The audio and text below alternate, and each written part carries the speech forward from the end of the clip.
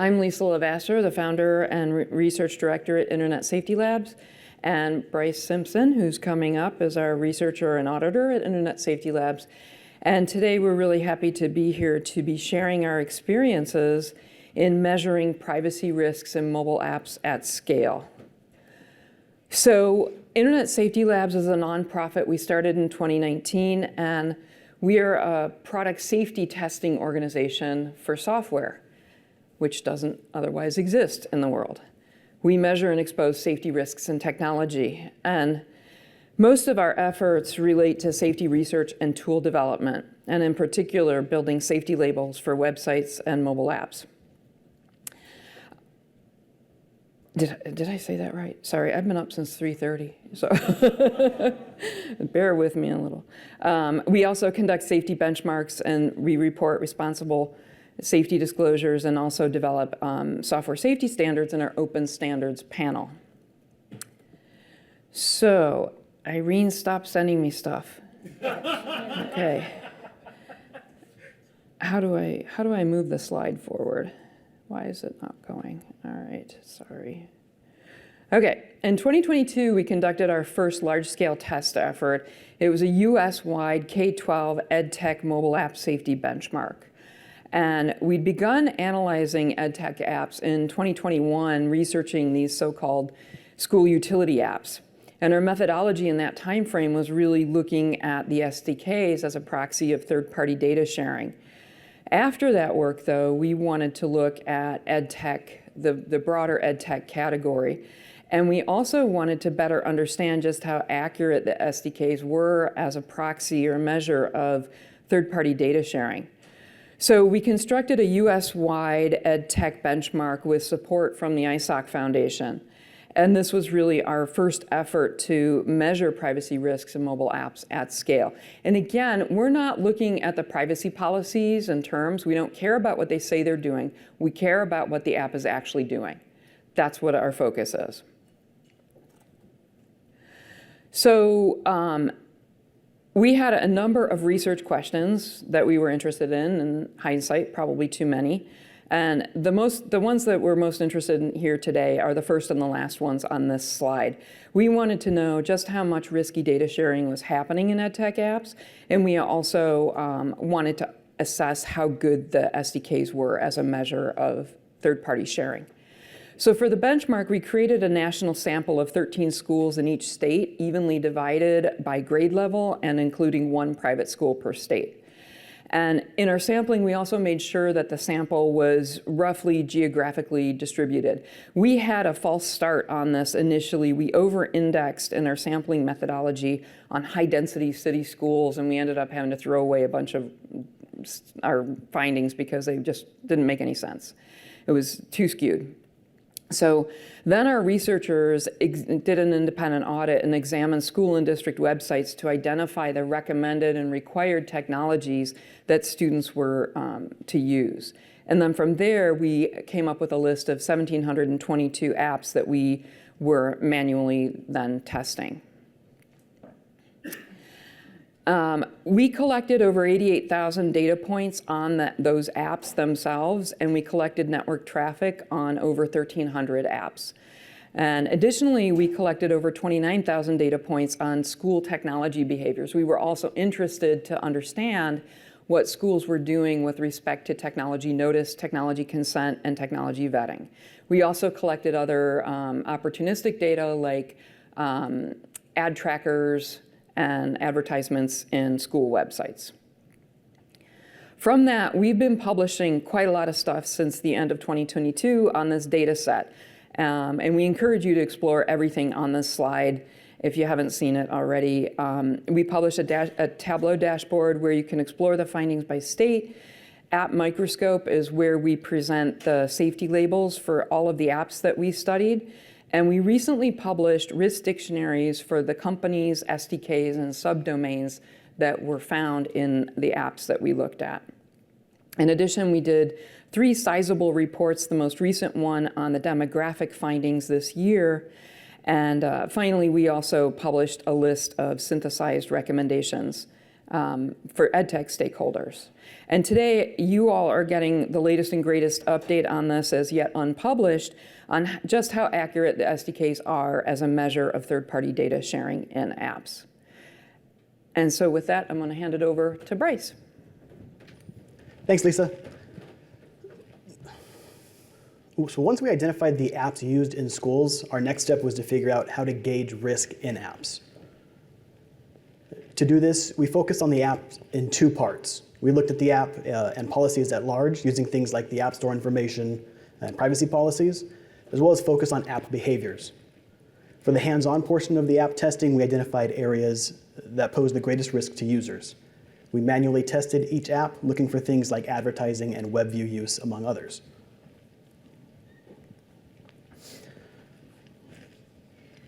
So now that we had all this data about risk behaviors in apps, the next problem we had to solve was how do we quantify and qualify these risks into a score that's both understandable and usable? What we decided to do was break the app score into components or ingredients.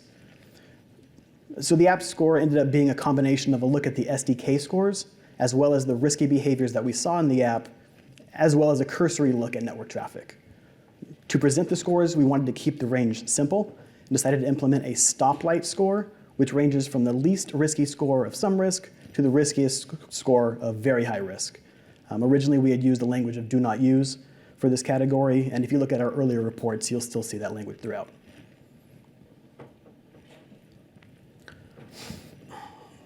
To this point of scoring components of apps, we had to peel back the layers of where scores come from.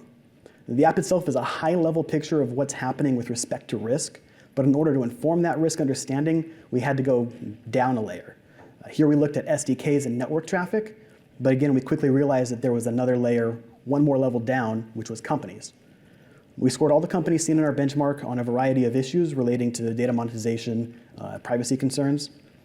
From there, we were able to assign our scores to companies and then use that score to inform our SDK score. For the SDK score, we performed a risk impact times risk likelihood calculation, as well as looked at the function of the SDKs.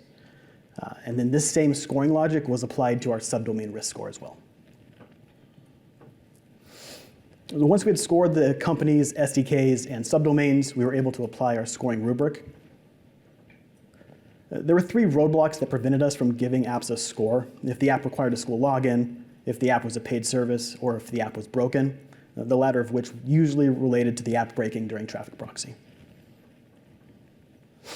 For our very high risk score, we identified the key risky behaviors, including any advertising, as well as the inclusion of any SDKs belonging to data brokers.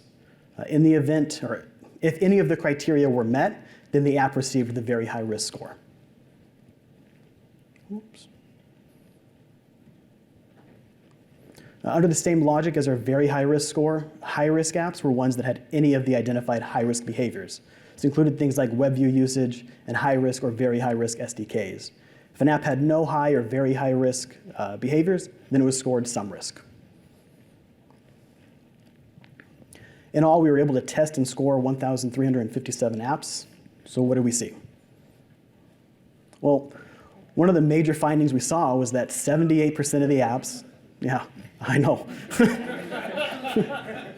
78% of the apps contained very high risk behaviors, and only 51 total, or about 4%, had none.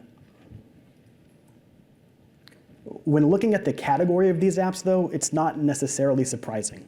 28% of the apps were not education specific.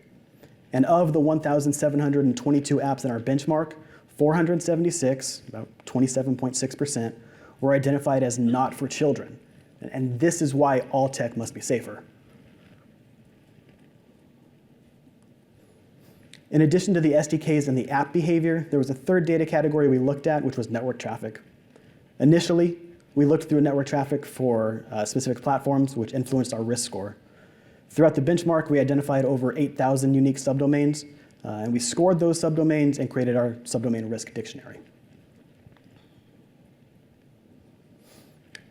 As we started the project, one of the research questions we had was how much of the network traffic can be inferred from SDKs, and how good of a proxy are the SDKs for understanding and predicting network traffic.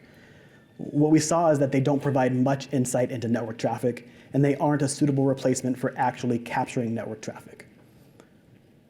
On average, only 40% of the companies that produced SDKs were then seen in network traffic. And this dilution is only exacerbated once apps start including things like web view and advertising. In the case of behavioral advertising, we saw an almost 7-fold increase in the number of companies in network traffic that couldn't be accounted for by SDKs. This discrepancy could be for a variety of reasons, one of which it's possible that our use of the app in manual testing didn't trigger the use or the call of the SDK, which would be the case in something like a payment processing SDK. And there also may have been errors in the database we used, which identified the apps in the SDKs. And with that, I'll hand it back over to Lisa. Thanks, Bryce. Okay, so what worked well? So interestingly, the independent data collection process that we used, we didn't go work with schools. 663 schools would have been a big lift, but the process worked really well in identifying the apps and figuring things out. The privacy risk scoring was also useful. Originally, I didn't want to do it. I felt like it was reductive, and I was worried about it, but I think it actually ended up being a useful tool for us and for the users.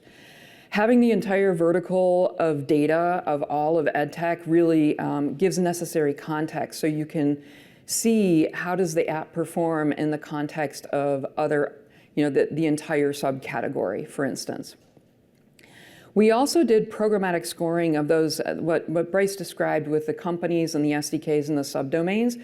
We deployed programmatic scoring, meaning we came up with some schemes to basically make that job of scoring 8,000 subdomains easier than manually doing it.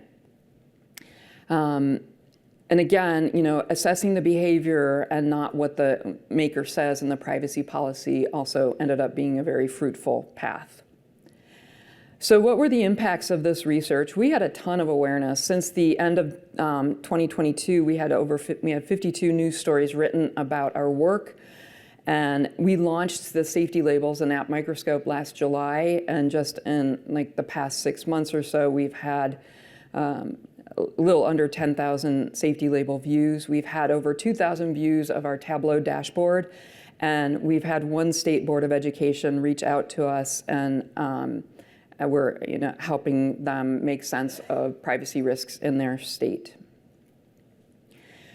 What we do differently. Oh, if we only had the time. Quite a lot, actually. We would definitely more tightly define the data collection. We had a lot of fits and starts. We had a lot of different auditors testing, and we didn't have a clear enough data collection process, so we had some disparity in the data collection. We would also iterate on data collection and result processing more tightly. It took us a long time to do the data collection, and so we got it all done, and then we shifted over sort of waterfall-like to doing the quantitative and qualitative analysis. In retrospect, I would not do it like that again. We would process the data as close to collection as possible. We would also collect full payloads on all the apps. We didn't do this on all the apps, so that is something we wish we had done. Definitely, as I mentioned with the sampling methodology, we would measure twice, cut once. That was a real extra overhead cost in doing this thing. And then the other thing I wish we had done is track the data elements that were collected by the app and then further shared by the app.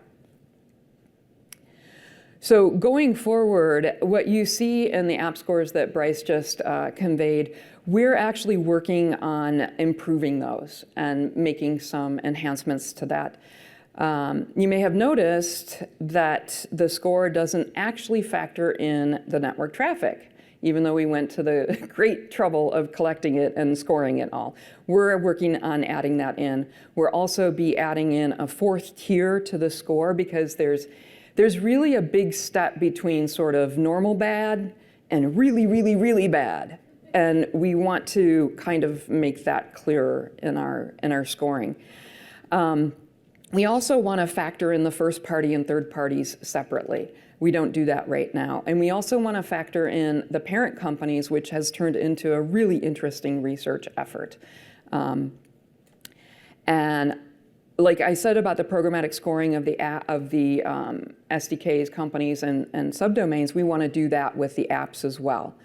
And we also want to put more rigor around what aggregator platforms are. We're working on a redefinition of that, including some work on identity resolution platforms and customer data platforms, which really need a lot more regulation.